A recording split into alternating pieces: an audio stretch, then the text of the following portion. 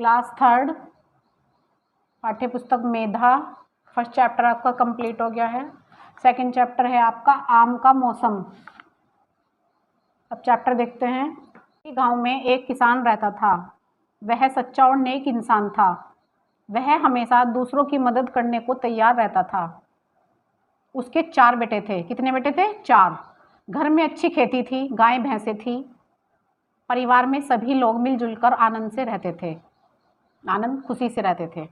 धीरे धीरे वह किसान बूढ़ा हो गया। उसके बेटे लायक और समझदार थे। उन्होंने पिता के कार्य को अच्छी तरह संभाल लिया। बेटों ने पिता से कहा, पिताजी अब आप घर में आराम करें, ईश्वर का नाम लें, हम कारोबार संभाल लेंगे, यानी कि जो खेतीबाड़ी है वो सब कुछ हम करेंगे, अब आप आराम करें। किसान ने भी बेटों की बात मान ली। अपने बेटों पर उसे पूरा विश्वास था। कामकाज उनको सौंपकर किसान निश्चिंत हो गया, यानी कि वह परेशानी से दूर हो गया कि अब तो मेरे बेटे सब काम संभाल लेंगे। गांव वाले किसान का बहुत आदर करते थे। वह सबको दादाजी कहते थे। वह उस किसान को दादाजी कहते थे। धीरे धीरे कुछ दिन बीत गए। आम का मौसम आ गया। यह क्या, दादाजी को देखो, जो कभी यहाँ कभी वहाँ सारे गांव में चक्कर लगा रहे हैं। जैसे ही आम का मौसम आया, दादाजी इधर उधर चक्कर लगा रहे हैं। क्यों चक्कर लगा रहे हैं वो देखते हैं। जहाँ कहीं भी उन्हें आम की गुठलियाँ पड़ी मिलती, उन्हें उठाकर गांव के बाहर जाकर जमीन में गाड़ देते। उनके बेटों ने जब यह देखा तो उन्हें अच्छा न लगा। वे सोचने लगे, उनके बूढ़े बाप को क्या हो गया है। लोग आम खाकर गुठलियाँ फेंक देते हैं और ये उनकी जूठन को साफ करते फिर रहे हैं।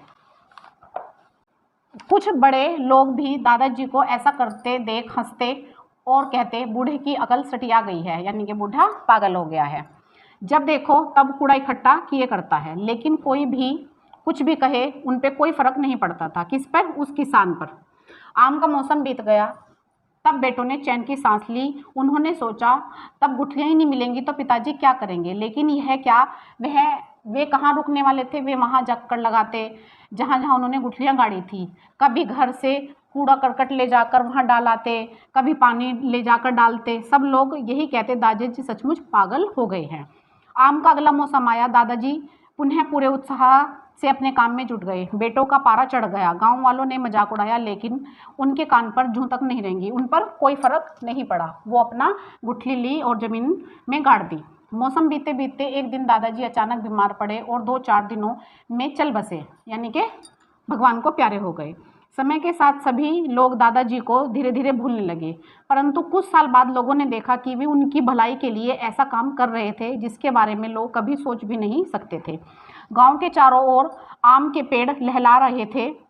लोग जिसे दादाजी की सनक समझ रहे थे, वे वास्तव में उनकी सूझबूझ थी। आम के मौसम में जब पेड़ों पर फल लगते तो गांव वाले दादाजी को जरूर याद करते थे। दादाजी की तरह हमें भी जीवन में अच्छे अच्छे कार्य करने चाहिए। दूसरों की भलाई के लिए हमें काफ़ी खुशी मिलती है। हमें दूसरों की भलाई करनी चाहिए।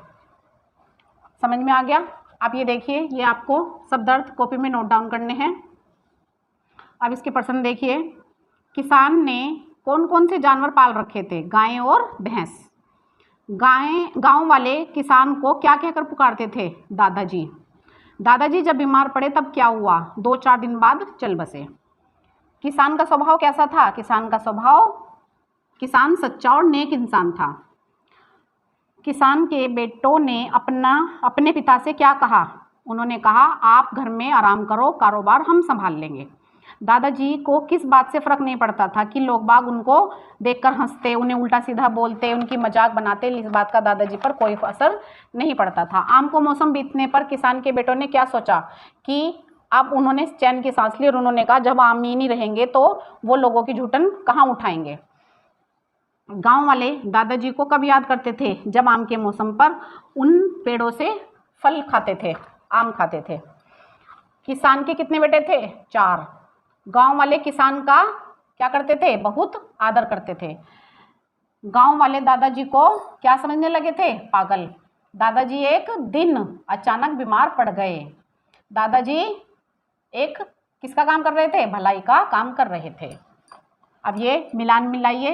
सब मदद का अर्थ क्या होता है? सहायता। उसी प्रकार से सारे आपको मिलाने हैं। बेटे का मतलब है पुत्र, किसान का मतलब है कृषक, विश्वास का मतलब है भरोसा, पेड़, वृक्ष, कार्य, काम।